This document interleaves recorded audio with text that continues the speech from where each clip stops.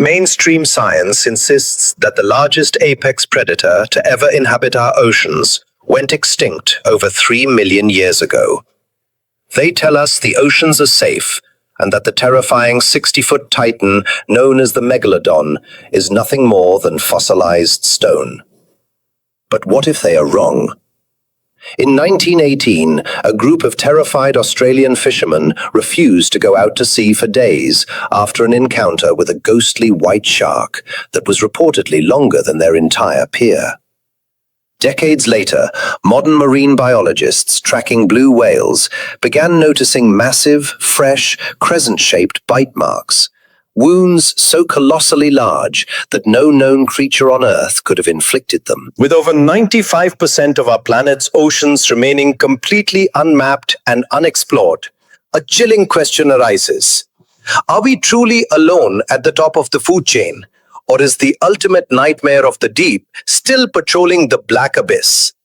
Stay tuned, because the final piece of declassified naval evidence we reveal at the end of this video challenges everything we've been told about extinction. The tyrant of the prehistoric seas. To understand if this monster could still be out there, we must first understand what disappeared. Millions of years ago, the prehistoric oceans were ruled by a creature of pure nightmare, Otodus Megalodon.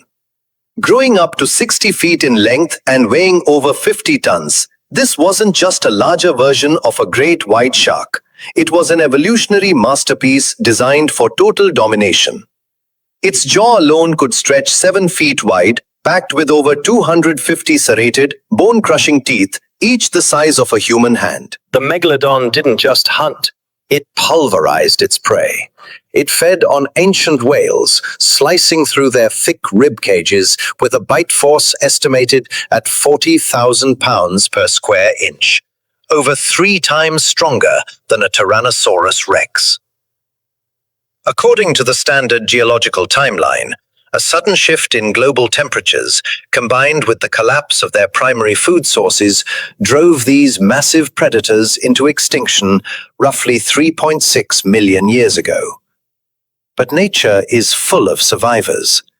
The coelacanth, a prehistoric fish thought to have died out with the dinosaurs 65 million years ago, was suddenly dragged up alive by fishermen in 1938. If a prehistoric fish could hide from modern science for millions of years, could the king of the oceans have done the exact same thing? The Port Stephens incident. Our investigation into the survival of the Megalodon begins not in a laboratory, but on the rugged coast of New South Wales, Australia. The year was 1918. A community of veteran crayfish fishermen at Port Stephens were working their regular deep-water traps near the continental shelf. These were men who spent their entire lives on the water, intimately familiar with every species of shark, whale, and marine mammal in the region. But on this particular morning, something rose from the depths that shattered their reality. As the men were hauling up their heavy iron pots, an incredibly massive shark emerged from the dark water. Witnesses claimed the creature was a striking, ghostly, transparent white color, and its body seemed endless. It systematically swallowed the heavy, rope-tethered crayfish pots, along with their mooring lines and anchors, as if they were nothing more than small bait. The fishermen were paralyzed with fear. When they returned to port, they refused to return to sea for days. Local authorities and marine experts interviewed the crew separately, expecting a simple case of fishermen's exaggeration. Instead, they found terrified men who all described the exact same details. The creature was estimated to be at least 115 feet long. Its head was as wide as a local boat shed, and the sheer water displacement caused by its passing nearly capsized their vessels. To this day, the Port Stephens incident remains one of the most credible, multi-witness accounts of an unidentified mega-predator in modern history. The Challenger teeth anomaly. While eyewitness accounts can be questioned, physical evidence cannot. And ironically, some of the most compelling evidence for the modern existence of the Megalodon comes from the very scientific community that claims it is dead. In the late 19th century, HMS Challenger embarked on a historic global expedition to map the deep ocean floor. Using advanced dredging equipment, the scientific crew scraped the bottom of the Pacific Ocean, pulling up sediment, unique deep-sea life, and hundreds of fossilized shark teeth. Among these collections were several enormous Megalodon teeth pulled from the abyssal plains. For decades, these teeth sat in museum archives, classified as ancient fossils. However, in the mid-20th century, researchers decided to use modern dating techniques on the outer manganese dioxide layers that accumulate on teeth resting on the ocean floor. The rate of this mineral accumulation is a steady, scientifically measurable process. The results sent shockwaves through the academic world. While the inner pulp of the teeth was ancient, the outer mineral layers indicated that one of the teeth was only 24,000 years old, and another was potentially as young as 11,000 years old. In geological terms, 11,000 years ago is yesterday. It means that while human beings were developing agriculture and building early civilizations, the Megalodon may have still been swimming through our oceans. If it survived nearly 3.6 million years past its official extinction date, who is to say it didn't survive a few thousand years more? The crescent scars on blue whales.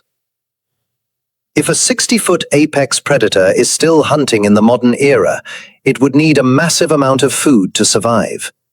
Its primary source of sustenance would naturally be the largest animals on the planet, whales.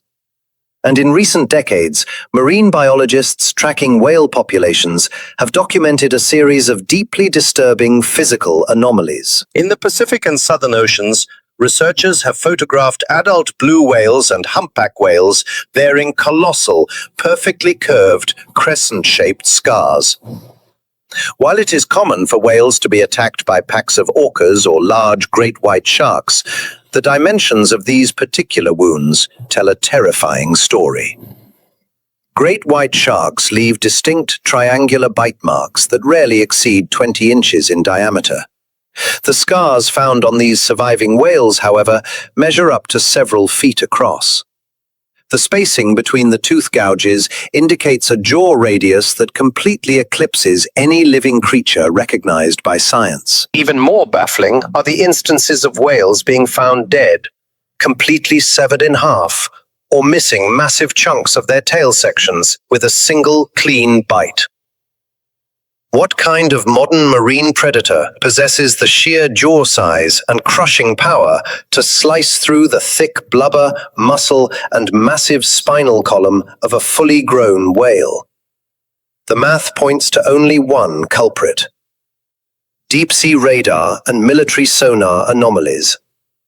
During the Cold War, both the United States and the Soviet Union deployed highly advanced, classified underwater sonar grids across the global ocean floor to track enemy submarine movements. These systems, such as the US Navy's SOSUS network, were so sensitive they could pick up the faint hum of a submarine propeller from thousands of miles away. But the military operators didn't just find submarines. They discovered massive biological anomalies. On